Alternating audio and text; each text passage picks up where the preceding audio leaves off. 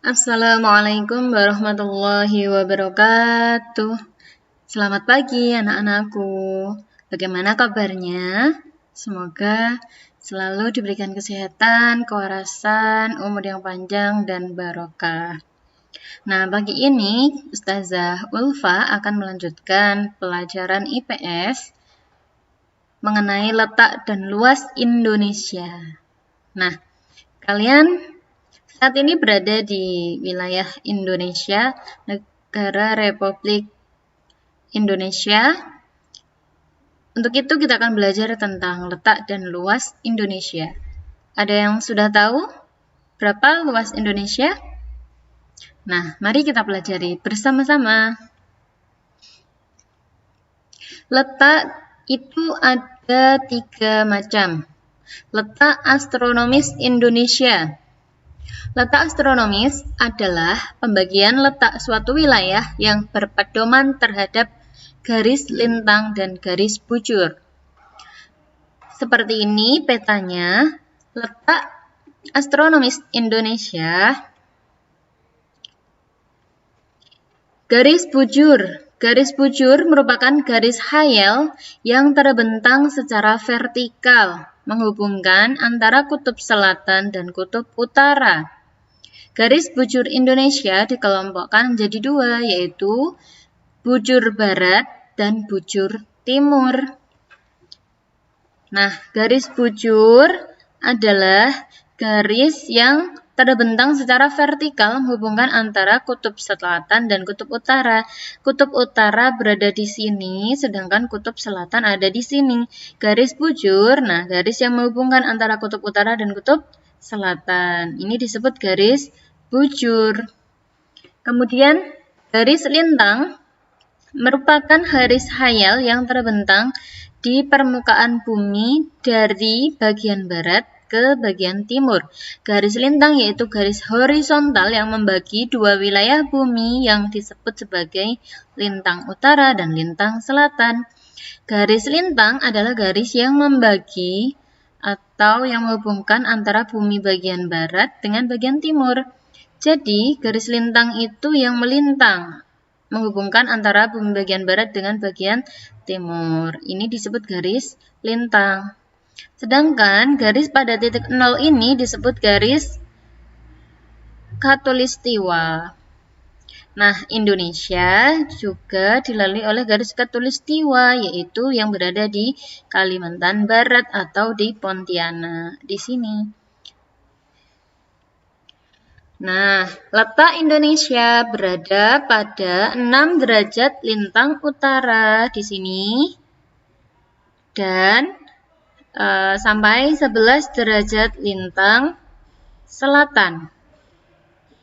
Di sini, ini mohon maaf kesalahan tulis ya. Ini seharusnya lintang selatan di sini. Dan 95 derajat bujur timur di sini sampai 141 derajat bujur timur. Jadi wilayah Indonesia berada di sini. 6 derajat lintang utara sampai 11 derajat lintang selatan dan 95 derajat bujur timur sampai 141 bujur timur. Nah, letak Indonesia yang berada di garis bujur 95 derajat bujur timur sampai 141 bujur timur menyebabkan Indonesia memiliki 3 pembagian waktu, yaitu waktu Indonesia bagian barat, waktu Indonesia bagian tengah, dan waktu Indonesia bagian timur. Untuk wilayah waktu Indonesia barat meliputi Sumatera, Jawa, Madura, Kalimantan Barat, Kalimantan Tengah, serta pulau-pulau di sekitarnya. Sedangkan untuk waktu Indonesia bagian tengah atau WITA, wilayah ini meliputi Pulau Bali, Nusa Tenggara, Kalimantan Selatan, Kalimantan Timur, Sulawesi, dan pulau sekitarnya. Dan untuk waktu Indonesia bagian timur atau WIT meliputi Kepulauan Maluku, Papua, Papua Barat, dan pulau-pulau di sekitarnya. Nah, bisa kita lihat di dalam peta supaya kita bisa punya gambaran yang jelas. Untuk waktu Indonesia Barat ini, untuk titik Greenwich atau titik 0 bumi ditambah 7 untuk waktu Indonesia bagian barat, meliputi Sumatera, Pulau Jawa, Pulau Jawa, kemudian Kalimantan Tengah, dan pulau di sekitarnya yang ada di sini. Dan untuk wilayah Indonesia Tengah meliputi tadi ya Bali, Nusa Tenggara, Kalimantan Selatan, Kalimantan Timur, Sulawesi di sini. Untuk waktu Indonesia Timur meliputi Kepulauan Maluku, Papua, dan sekitarnya di sini.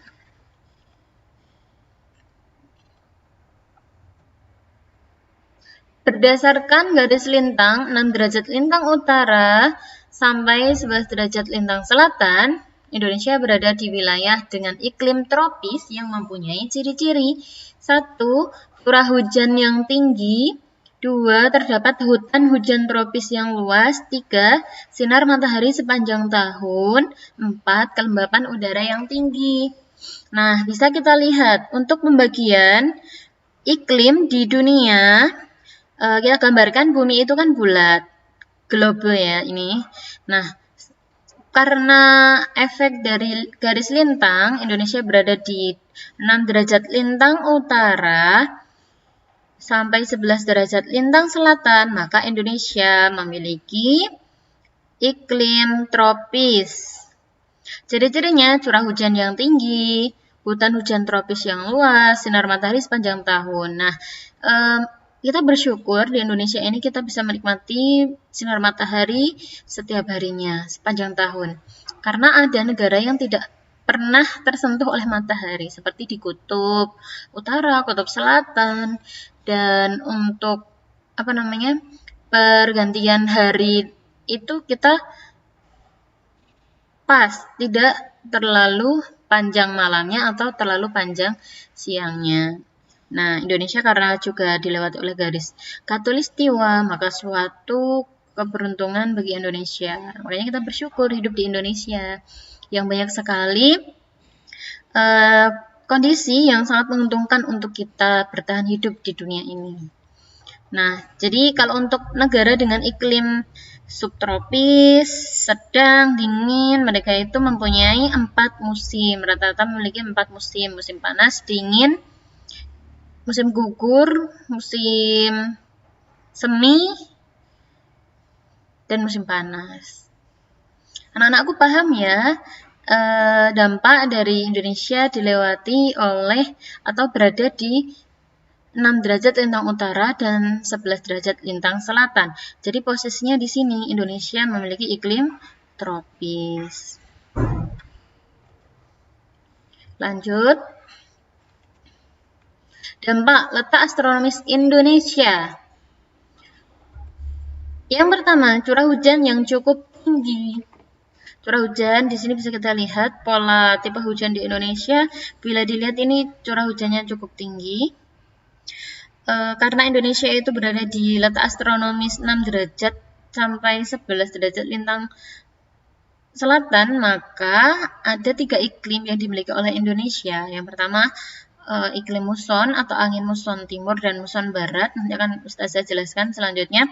Pola ekuatorial yaitu berada di garis ekuator atau garis khatulistiwa, dan pola lokal. Seperti ini ya. Jadi curah hujan yang cukup tinggi dan suhu udara cenderung hangat hingga panas. Jadi suhu yang ada di Indonesia ini cenderung hangat hingga panas. Apalagi akhir-akhir ini memang suhunya cukup panas, tapi kita tetap bersyukur karena bisa menikmati sinar matahari. Karena banyak sekali keuntungannya. Berikutnya, Banyak terdapat hutan hujan tropis. Hutan hujan tropis adalah kumpulan hutan yang khas dari sebuah lingkungan beriklim tropis. Nah, Indonesia itu kan termasuk iklim tropis, maka banyak sekali hutan hujan tropis. Hutan hujan tropis merupakan penyumbang oksigen terbesar di dunia dan Indonesia menjadi salah satunya. Makanya Indonesia ini masuk dalam hutannya masuk dalam paru-paru dunia.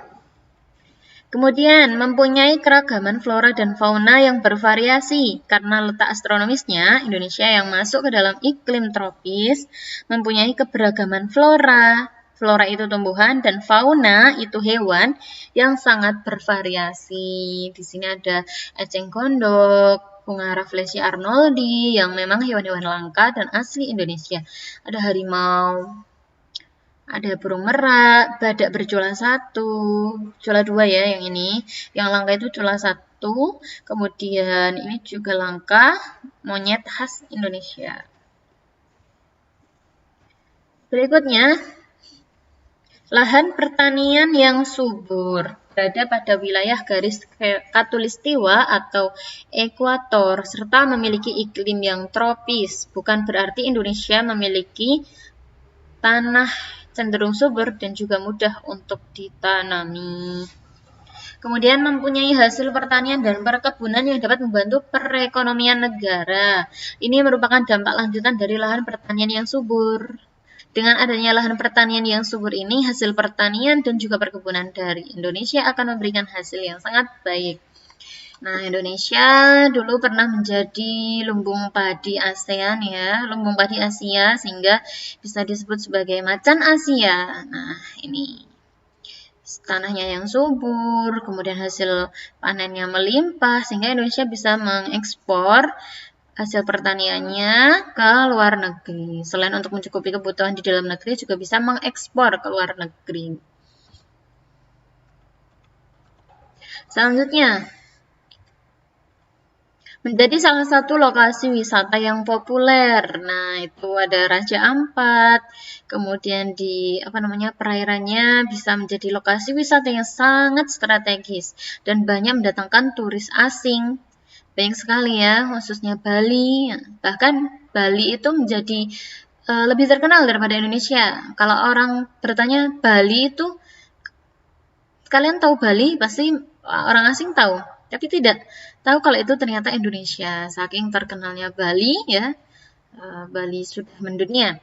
Kemudian ada Candi Borobudur sebagai warisan budaya dan menjadi salah satu dari 7 keajaiban dunia. Kemudian ada gunung yang digunakan untuk mendaki. Banyak tempat wisata lain yang mungkin kalian lebih paham, bisa dicari di Google dan mungkin kalian sudah pernah mengunjungi salah satunya ini ya. Raja Ampat, kemudian di Labuan Bajo dan lain-lain. Wah, ini kan sangat eksotis, sangat bagus. Itu tadi dampak dari letak astronomis Indonesia. Sekarang kita akan membahas letak geografis.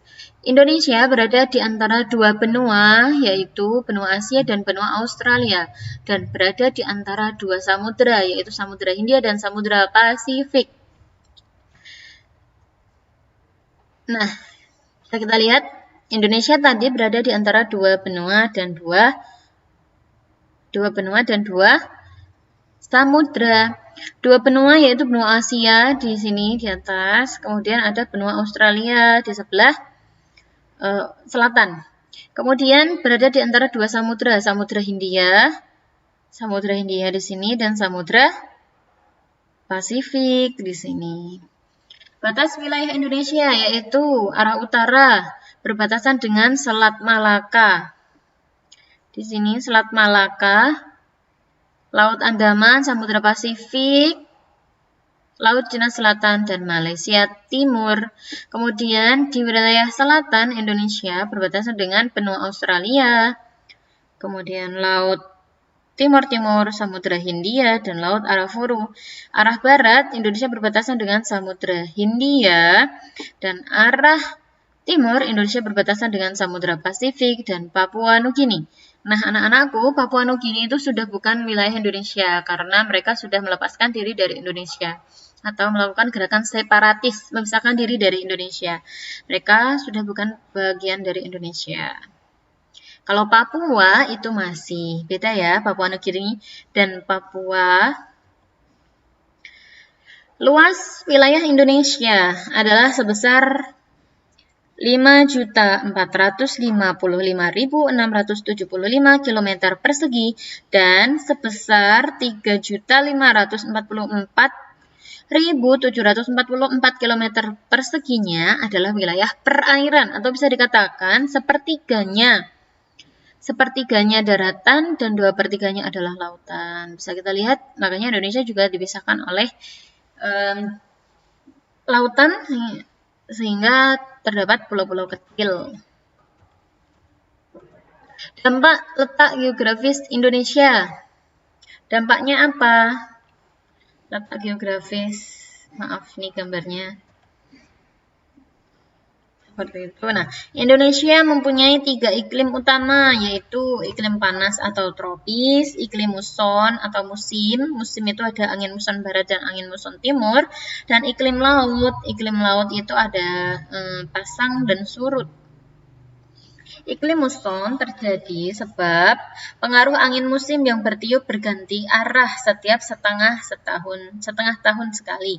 Angin yang bertiup berasal dari timur laut dan bersifat kering sehingga menimbulkan musim kemarau. Terjadi pada bulan April hingga Oktober. Nah, ini disebut angin muson timur. Angin yang berasal dari benua Australia sebelah selatan Indonesia itu kan Australia.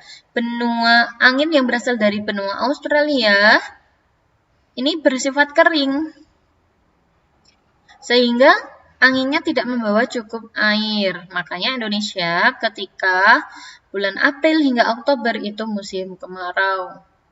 Jadi pergantiannya setiap 6 bulan sekali. Kemudian angin yang bertiup dari benua Asia ke Indonesia bersifat basah sehingga menimbulkan terjadinya musim hujan karena angin yang berasal dari Asia dari barat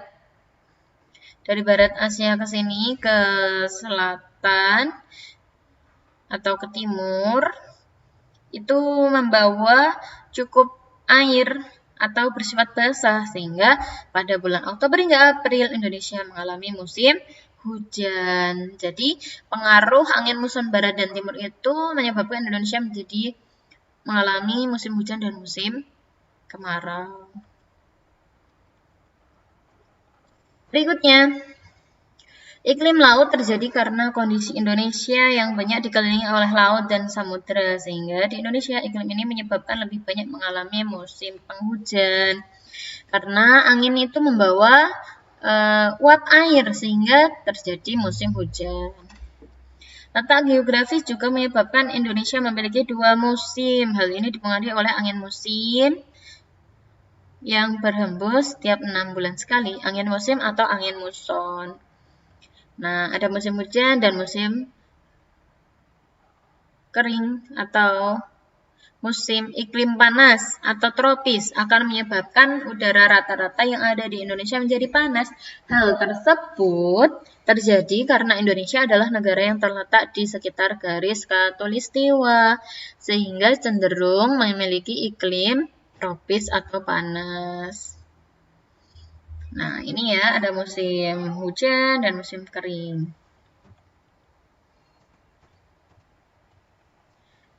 Dampak letak geografis Indonesia selanjutnya. Selain itu, Indonesia berada di persilangan lalu lintas dunia, membuat Indonesia sangat ramai dan menguntungkan jika ditinjau dari segi ekonomi. Nah, persilangannya tuh seperti ini. Indonesia berada di persilangan antara benua Asia, kemudian Australia, kemudian di sini Samudra Hindia, kemudian ada Samudra Pasifik, sehingga otomatis pelayaran dari benua antar benua ke benua yang lainnya itu melewati Indonesia, sehingga Indonesia sangat strategis ditinjau dari segi ekonomi. Kemudian, kelebihan selanjutnya, kelebihan letak geografis Indonesia. Tanah subur di Indonesia menghasilkan banyak jenis pertanian. Nah, seperti ini ya. Tanahnya subur, pertaniannya juga subur. Laut yang luas dan garis pantai yang panjang memungkinkan hasil laut di Indonesia yang kaya seperti ikan, karang, minyak bumi, dan mineral lainnya. Banyak sekali pertambangan yang ada di Indonesia. Indonesia terletak di antara dua benua, yaitu benua Asia, di sini sebelah utara Indonesia, utara barat ya ini ya. Kemudian, dan benua Australia. Sehingga Indonesia dapat menjalin hubungan yang baik di negara-negara benua tersebut. Kemudian, Indonesia menjadi paru-paru dunia karena wilayah hutan di Indonesia yang sangat luas. Indonesia berada di kawasan tropis, membuatnya kaya akan hasil hutan, sebab ada banyak sekali jenis tanaman dan mudahnya tumbuhan hidup subur. Nah, seperti itu. Dan terakhir, begitu banyaknya pulau di Indonesia membuat Indonesia kaya akan budaya. Nah, pulaunya yang indah-indah dan menyebabkan Indonesia kaya akan budaya. Letak geologis. Nah, yang ketiga, letak geologis Indonesia. Indonesia dilalui oleh dua rangkaian pegunungan besar, yaitu rangkaian Sirkum-Mediterania dan Sirkum-Pasifik. Sirkum-Pasifik dan Sirkum-Mediterania. Seperti ini, lempeng. Lapisan bumi itu terdiri dari lempeng-lempeng lapisan tanah. Nah, lempeng Pasifik dan lempeng Eurasia atau Sirkum Mediterania ini menyebabkan Indonesia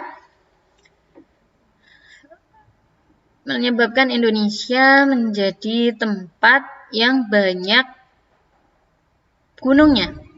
Indonesia berada di titik pertemuan tiga lempeng litosfer, yaitu lempeng Indo-Australia, lempeng Eurasia, dan lempeng Pasifik. Indonesia terletak pada tiga daerah dangkalan. Ada dangkalan Sunda, dangkalan Sahul, dan daerah laut pertengahan Australia dan Asiatis. Nah, letak geologis itu apa? Letak suatu wilayah berdasarkan struktur dan komposisi batuan yang membentuk bumi. Jadi letak geologis ini berdasarkan struktur dan komposisi batuan yang ada di Indonesia. Seperti ini apabila kita lihat peta geologinya. Nah, ini pelajaran geografi ya anak-anakku. Jadi tentang batuan, tentang lapisan bumi. Secara geologis, Indonesia terdiri atas tiga daerah dangkalan. Yang pertama, dangkalan Sunda, dangkalan yang menghubungkan wilayah Indonesia bagian barat dengan benua Asia. Nah, contohnya seperti ini. Dangkalan Sunda.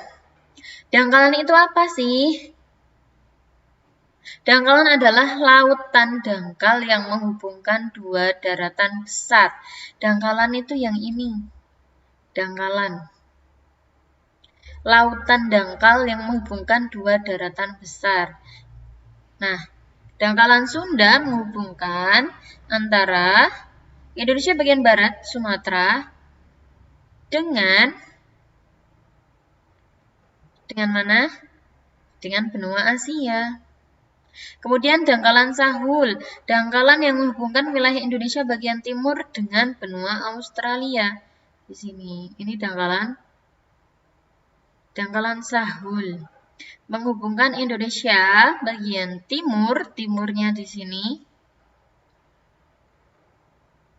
dengan benua Australia. Ini benua Australia. Ini benua Asia. Kemudian dangkalan Australia Asiatis. Daerah laut pertengahan Australia Asiatis yaitu daerah yang terletak di wilayah tengah di antara dangkalan Sunda dan dangkalan Sahul. Ini di sini. Di antara dangkalan Sunda dan dangkalan Sahul. Dangkalan-dangkalan ini mempengaruhi persebaran flora dan fauna di Indonesia. Wilayah barat dilalui dangkalan Sunda memiliki keanekaragaman hayati yang mirip dengan benua Asia. Sunda ini kan menghubungkan Indonesia bagian barat dengan Asia, sehingga hewan-hewan dan tumbuhan yang ada di wilayah barat ini memiliki kemiripan dengan Asia. Sedangkan keanekaragaman flora bagian timur dilalui dangkalan Sahul memiliki kemiripan dengan benua Australia. Sedangkan di wilayah tengah yang disebut Australia Asiatis memiliki flora dan fauna yang khas, tidak sama dengan Asia maupun Australia. Ini yang sangat khas.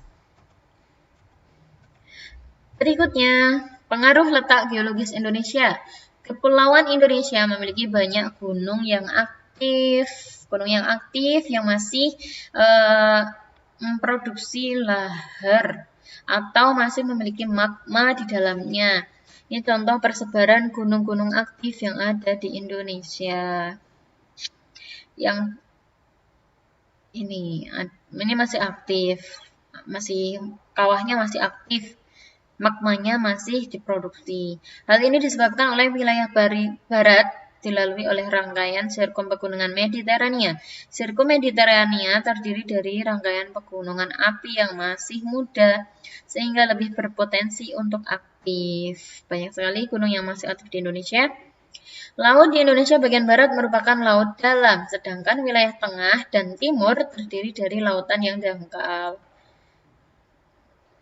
Nah, wilayah laut yang di barat ini laut-lautnya laut dalam, kemudian daerah tengah dan timur cenderung dangkal. Hal ini dipengaruhi oleh kondisi geologis Indonesia yang dilalui oleh dangkalan Sunda dan dangkalan Sahul. Selain itu juga terdapat wilayah di Indonesia yang terletak di antara dua dangkalan tersebut, dangkalan Australis dan Asiatis. Ini ya, pasang naik dan pasang surut. Wilayah laut dangkal atau neritik itu apabila laut itu 150 meter di bawah dari bawah permukaan tanah.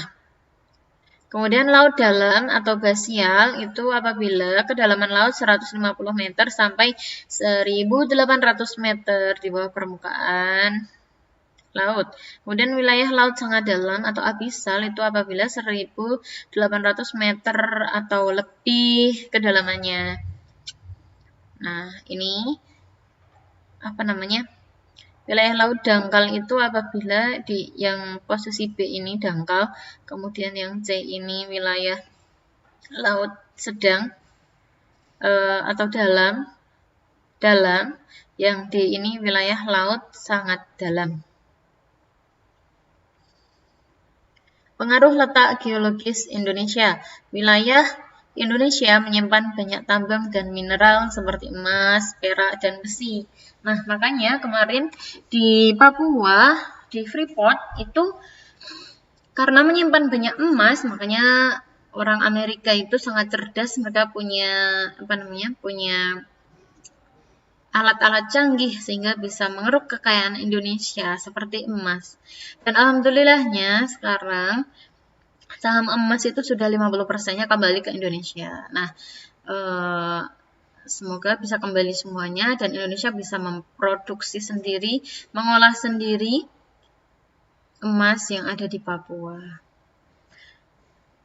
Hal ini dikarenakan banyak terdapat cekungan sedimen atau sedimentary basin yang disebabkan aktivitas tektonik di wilayah Indonesia.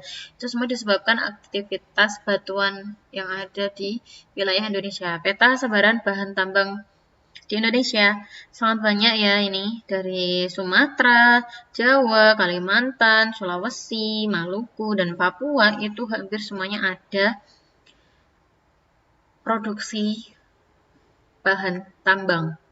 Nah, ini sebab atau pengaruh dari letak geologis Indonesia. Kita patut bersyukur sehingga kita juga bisa menikmati listrik saat ini. Itu juga efek dari pertambangan. Pengaruhnya lagi yaitu wilayah Indonesia termasuk daerah rawan bencana. Nah, selain sisi positif juga ada sisi negatifnya. Nah, ini karena ada aktivitas magma, terjadilah gempa vulkanik dan di sebelahnya ini adalah tsunami. Di Indonesia sering terjadi gempa bumi tektonik maupun gempa bumi vulkanik yang disebabkan aktivitas geologis. Ini tsunami, ini tanah longsor, dan ini efek tsunami Aceh pada tahun 2006 ya, kalau tidak salah 2006. Nah, ini di pesisir laut karena terjadi pergerakan lapisan bumi, makanya terjadi gempa. Nih, jalan-jalannya sampai rusak, retak karena ada pergerakan lapisan bumi. Pengaruh letak geologis Indonesia. Selanjutnya, Indonesia terdapat banyak jenis tanah untuk pertanian dan perkebunan. Hal ini juga disebabkan oleh aktivitas Gunung Merapi yang menghasilkan tanah vulkanik. Tanah vulkanik mengandung banyak unsur hara yang menjadi indikator kesuburan tanah. Makanya di Indonesia juga memiliki banyak jenis flora dan fauna. Nah, ini subur, tanah subur untuk pertanian. Ini pabrik perkebunan teh, pertanian. Indonesia memiliki keanekaragaman hayati yang tinggi, baik flora maupun fauna. Ini contohnya beruang madu, harimau Sumatera, gajah, badak, harimau Jawa, banteng, dan lain-lain. Nah, ini keanekaragaman hayati Indonesia. Masuk dalam binatang-binatang langka. Nah, bersyukurnya kita hidup di Indonesia.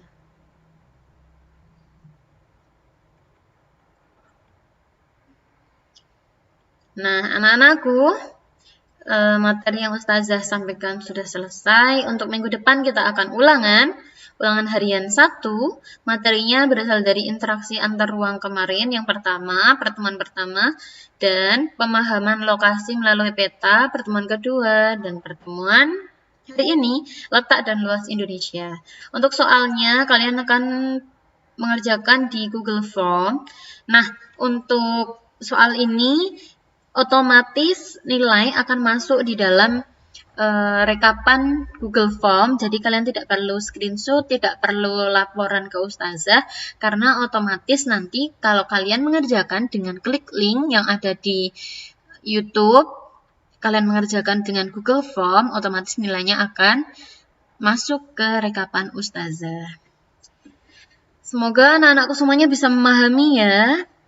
Ustazah harap apabila kalian belum paham, kalian bisa bertanya Ustazah melalui WA atau nanti